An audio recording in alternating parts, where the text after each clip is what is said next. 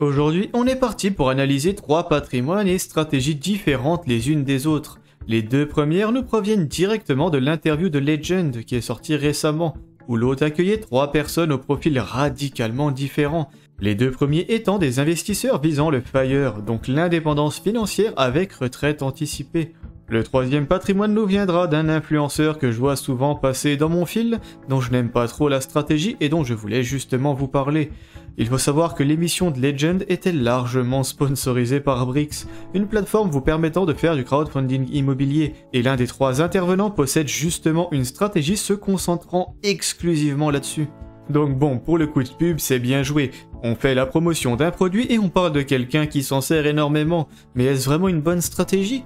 Permettez-moi d'abord de vous présenter très rapidement Esteban, qui a 21 ans et qui travaille, il me semble que c'était en alternance.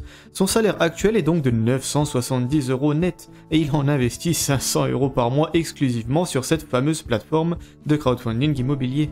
Il arrive à avoir un taux d'épargne agressif car il est encore chez ses parents bien sûr.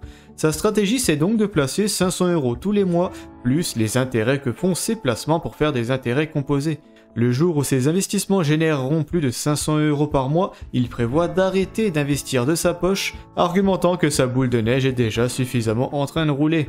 Et je pense qu'il a tout bon sur presque toute la ligne. Investir agressivement chez ses parents, c'est nickel. Et il est aussi parfaitement vrai que ses investissements mensuels deviendront moins impactants, une fois que ses investissements généreront plus.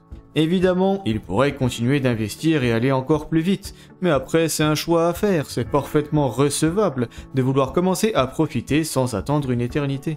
Mais de tout claquer sur Brix, là pour le coup je vais avoir du mal à être d'accord.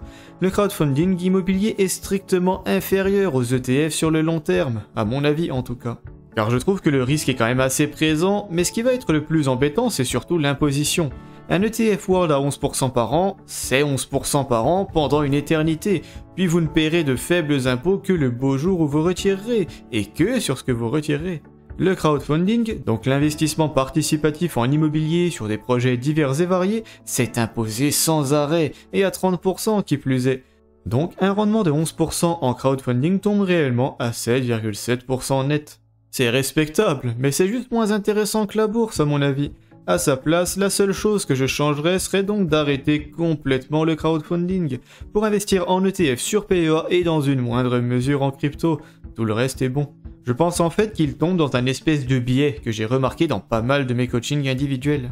On se fixe tous des limites un peu arbitraires. Certains ont envie de remplir leur PEA avec 150 000 € de dépôt.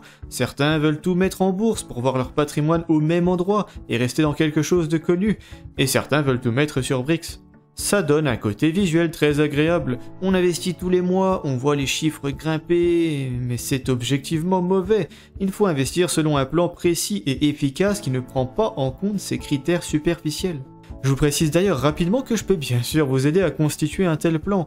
Je l'ai déjà fait pour plus d'une centaine de clients à travers mon programme de coaching individuel peu onéreux et efficace.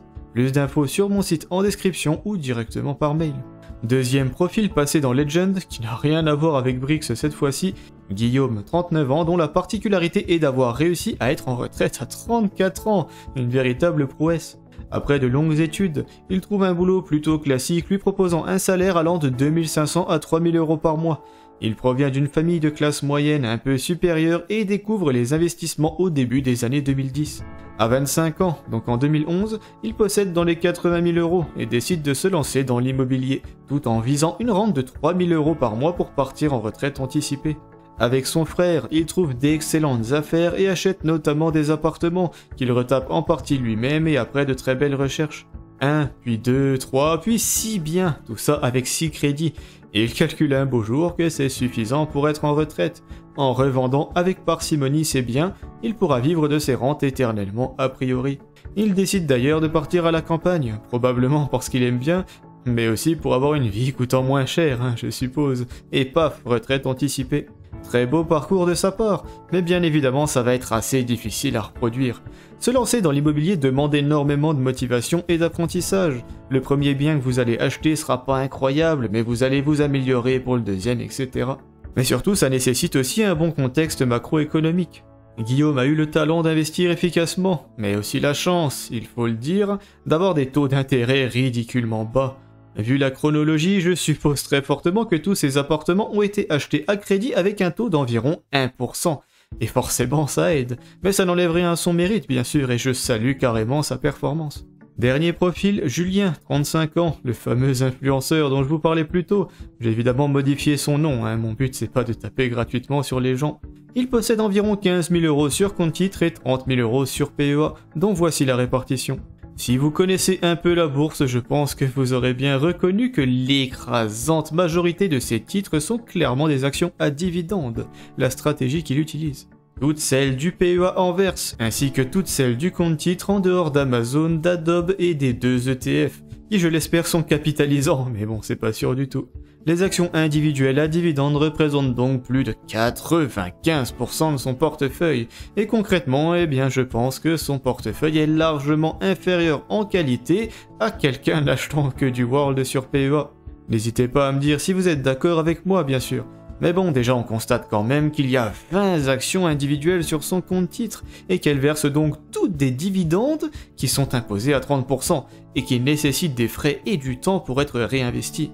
À la place, et quitte à insister autant sur les États-Unis, j'aurais juste pris un ETF Nasdaq 100 sur PEA, ça aurait été bien mieux sur beaucoup d'aspects. Plus rentable car il inclut énormément d'entreprises de très haute qualité, plus rentable car il ne verse pas de dividendes imposés inutilement, et plus rentable car on le trouve sur PEA, donc encore une fois moins imposable. Et je sais que je l'ai déjà dit, mais ça ne fait pas doublon car ce sont deux moments bien différents.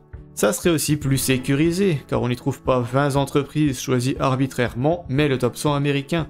Et plus passif aussi, car c'est le gestionnaire de l'ETF qui va rééquilibrer tout ça si ça devait évoluer, alors que personne ne sera là pour rééquilibrer son portefeuille si quelques-unes de ces entreprises devaient largement sous-performer.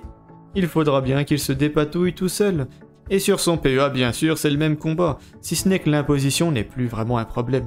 S'il prenait un ETF World plutôt que ses actions individuelles de qualité quelquefois discutable, il gagnerait beaucoup plus en intérêt composé et en sécurité, car on compare 8 actions individuelles à 1400 dans le cas du World. Mais souvenez-vous du petit biais dont je vous parlais plus tôt avec Esteban et son investissement en BRICS qui voyait les chiffres monter, ces intérêts qui sont versés tous les mois et qui chaque mois sont supérieurs. Eh bien là c'est pareil. Les dividendes, c'est très visuel. Vous touchez de l'argent sans même vendre l'action, et chaque mois vous touchez un peu plus d'argent, ça donne envie de continuer. Mais c'est tout simplement pas du tout le plus optimal. Un ETF capitalisant est tout simplement plus efficace à tous les niveaux. Et certes, il ne vous verse jamais rien tant que vous ne le revendez pas, mais grâce à ça, vous faites des intérêts composés beaucoup plus puissants, et le chiffre sur votre compte en banque va carrément augmenter aussi. Le visuel est pas dégueu non plus.